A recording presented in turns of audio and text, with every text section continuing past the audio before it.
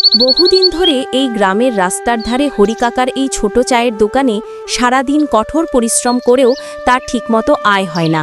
বর্ষা এলে চালের ফুটো দিয়ে জল পড়ে, আর গ্রীষ্মে দোকানের বেঞ্চটা প্রায় ফাঁকাই থাকে।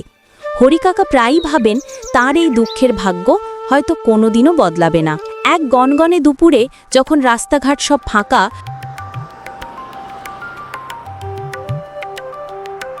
তখন একটি দামি গাড়ি এসে ঠিক হরিকাকার দোকানের সামনে খারাপ হয়ে গেল।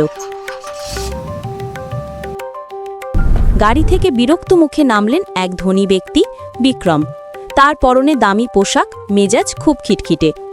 গাড়ির চালক যখন ইঞ্জিন ঠিক করার চেষ্টা করছে, তখন বিক্রম এসে হরিকাকার বেঞ্চে বসলেন।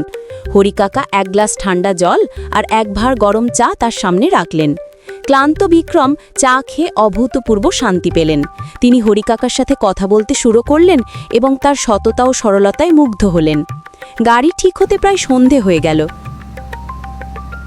বিক্রম তাড়াহুড়ো করে গাড়িতে উঠলেন এবং চালককে জোরে গাড়ি চালাতে বললেন। তিনি চলে যাওয়ার পর হরিকাকা দোকান বন্ধ করার সময় দেখলেন বেঞ্চের এক কোণে একটি মোটা চামড়ার মানিব্যাগ পড়ে আছে।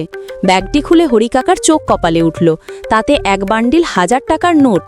এই টাকা দিয়ে তার বাড়িঘর সব ঠিক হয়ে যাবে, তার সব অভাব দূর হয়ে যাবে। এক মুহূর্তের জন্য তার মন দুর্বল হয়ে পড়ল। কিন্তু হরিকাকা ছিলেন সৎ। তিনি ব্যাগটি নিয়ে পাগলের মতো রাস্তার দিকে দৌড়াতে লাগলেন, যদি গাড়িটি দেখতে পান। কিন্তু গাড়িটি তখন অনেক দূরে চলে গেছে। হরিকাকা হতাশ হয়ে দোকানে ফিরে এলেন এবং ঠিক করলেন পরদিন তিনি নিকটবর্তী থানায় ব্যাগটি জমা দেবেন। ঠিক সেই রাতে বিক্রম তার মানিব্যাগের কথা মনে পড়তে হন্তদন্ত হয়ে ফিরে এলেন। তিনি দেখলেন হরিকাকা তার ভাঙা দোকানের সামনে ব্যাগটি হাতে নিয়ে বসে আছেন। বিক্রমকে দেখেই হরিকাকা তার হাতে ব্যাগটি তুলে দিলেন। বিক্রম ভাবতেও পারেননি যে এতগুলো টাকা একজন এত দরিদ্র মানুষ ফিরিয়ে দেবে। তিনি হরিকাকার সততায় এতটাই মুগ্ধ হলেন যে তিনি ঠিক করলেন এই মানুষটির ভাগ্য তিনি নিজেই বদলাবেন।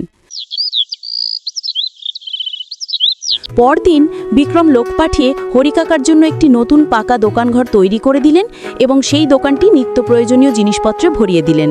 হরিকাকার সেই ছোট চায়ের দোকানটি গ্রামের সবচেয়ে বড় মুদি দোকানে পরিণত হলো। হরিকাকার সততাই তার দরিদ্র ভাগ্যকে বদলে দিল।